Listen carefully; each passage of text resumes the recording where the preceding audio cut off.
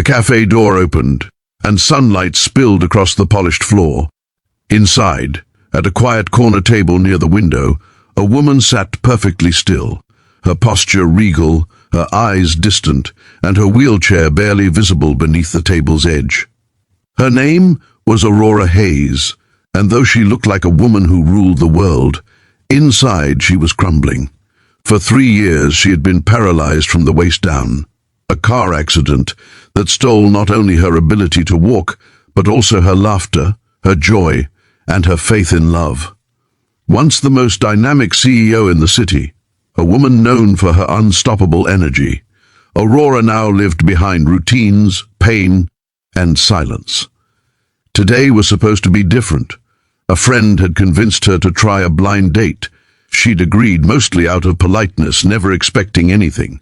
She had already decided it would end with polite smiles and a quiet goodbye. But when the cafe door opened again, and a man walked in, tall, rugged, with a worn brown jacket and a little girl clutching his hand, Aurora's world shifted just slightly. He looked around nervously, clearly unsure if he was in the right place. The child, maybe 6 years old, whispered something, and he smiled, that kind of real warm smile that made his tired face glow. For the first time in years, Aurora's lips twitched into something like a smile before she could stop it. If you believe in kindness, second chances, and miracles that come when you least expect them, please take a moment to like, comment, share, and subscribe to our channel Kindness Journal. Your support helps us spread more stories that heal hearts and inspire hope. The man's name was Ethan Ward, though Aurora didn't know that yet. He was a single father, a former construction worker who had lost everything after his wife's death, his home, his job, and nearly his will to keep going. His little girl, Maya, was the only reason he kept trying. He worked odd jobs, never letting Maya see how hard life was for him.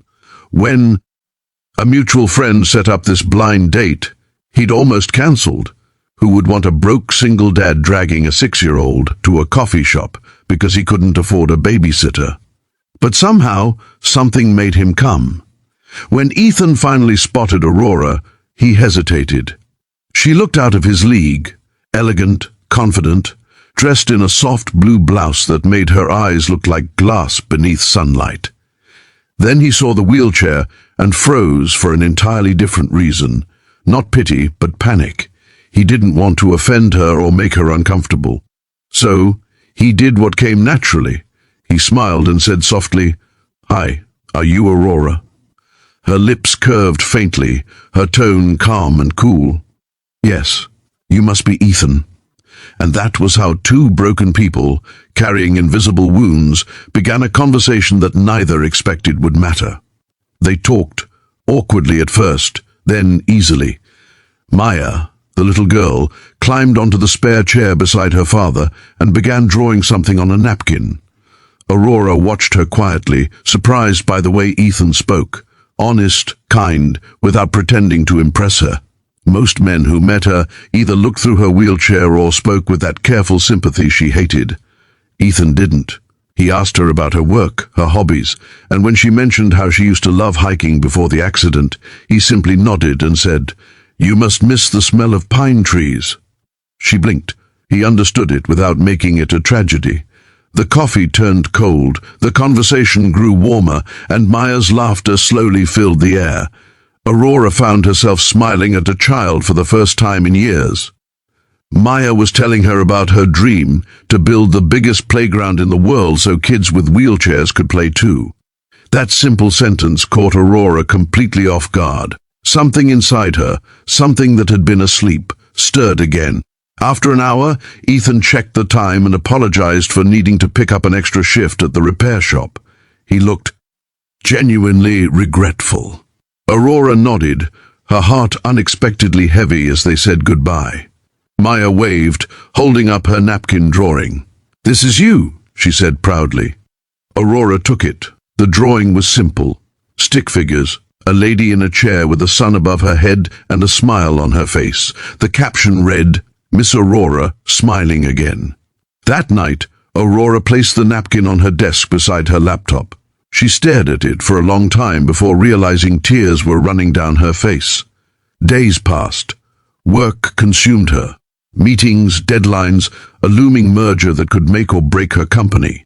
Yet in between boardroom battles and lonely dinners, she thought of that little girl and her father, of the way Ethan listened, of how Maya laughed. Against every instinct she had, Aurora sent a message to Ethan, just a thank you for the coffee. He replied an hour later, thank you. Maya keeps asking if you smiled again. That message, just 8 words, became the start of something unexpected. Over the next few weeks, they began exchanging small notes, small stories. Aurora learned that Ethan had once dreamed of starting his own construction company, but gave it up after his wife died. He learned that Aurora was working on a new foundation to help disabled professionals re-enter the workforce. Slowly, their messages became calls, and calls turned into short visits. Ethan and Maya began visiting her office sometimes after work. Maya would run around her spacious office like it was a playground, while Ethan helped her move boxes or fix broken shelves without being asked. Aurora's employees noticed the change. Their cold, withdrawn CEO had begun smiling again. She had started showing up early, leaving flowers on desks, even organizing a company picnic, something she hadn't done in years. Her board was shocked, but her heart was healing in quiet ways. One sunny afternoon, Aurora invited Ethan and Maya to the company's new community center project site, a place she was funding for disabled children. It was under construction, and Ethan offered to help out with design ideas. As they walked, or rather rolled, through the dusty half-built space, Aurora suddenly stopped, her eyes wide with wonder. Ethan had built a wooden ramp from spare boards leading to a raised platform. Just testing accessibility, he said with a sheepish grin. She looked at it, then at him, and something broke open inside her. It wasn't pity or gratitude, it was connection, the kind that makes you believe you could start over. They stood there for a long moment, wind brushing through the open windows, the sound of hammering echoing softly in the background. For the first time in years, Aurora felt something she'd thought was gone forever. Hope. But life, as always, tested them. A week later, Ethan was laid off from his part-time job. The bills piled up, and Maya fell ill with pneumonia. He didn't tell Aurora at first. Pride stopped him. But when she noticed his silence, she drove to his small rented house herself. Seeing her wheel up to his cracked front steps in the rain stunned him. She looked at him, soaked and shaking, and said simply, "You once told me not to hide from life. Don't you hide from me now." That moment broke through his walls. He let her in, literally and emotionally. Together they sat beside Maya's bed, sharing soup and quiet stories while the little girl slept. Aurora realized that love didn't always arrive with fireworks. Sometimes it came softly, with shared struggles and small gestures that spoke louder than promises. As days passed, Maya recovered.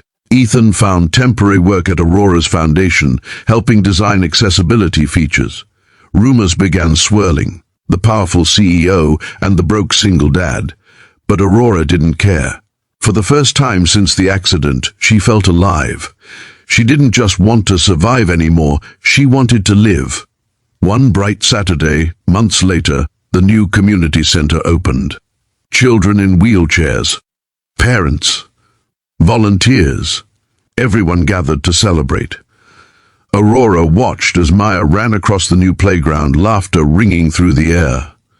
Ethan stood beside her, his hand brushing hers briefly. She turned to him and said softly, "Do you know what this place is called?" He shook his head.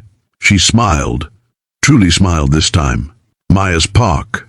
Ethan's eyes filled instantly, and for a moment he couldn't speak. She continued, "Because one little girl reminded me that joy doesn't disappear. Sometimes it just hides, waiting for the right people to bring it back." That day, surrounded by sunlight and laughter, Aurora Hayes, once broken by tragedy, realized she had found something she thought was lost forever: family, love, and purpose. as the camera fades on that image, a paralyzed CEO laughing beside a single dad and his daughter, sunlight dancing on their faces. Remember this, sometimes life's cruelest detours lead to the most beautiful destinations. If this story touched your heart, please like, share, and subscribe to Kindness Journal. Your one click helps spread messages of hope to millions who might need to hear them today. And before you scroll away, comment below, do you believe in second chances? Because sometimes one unexpected meeting is all it takes to bring someone's smile back.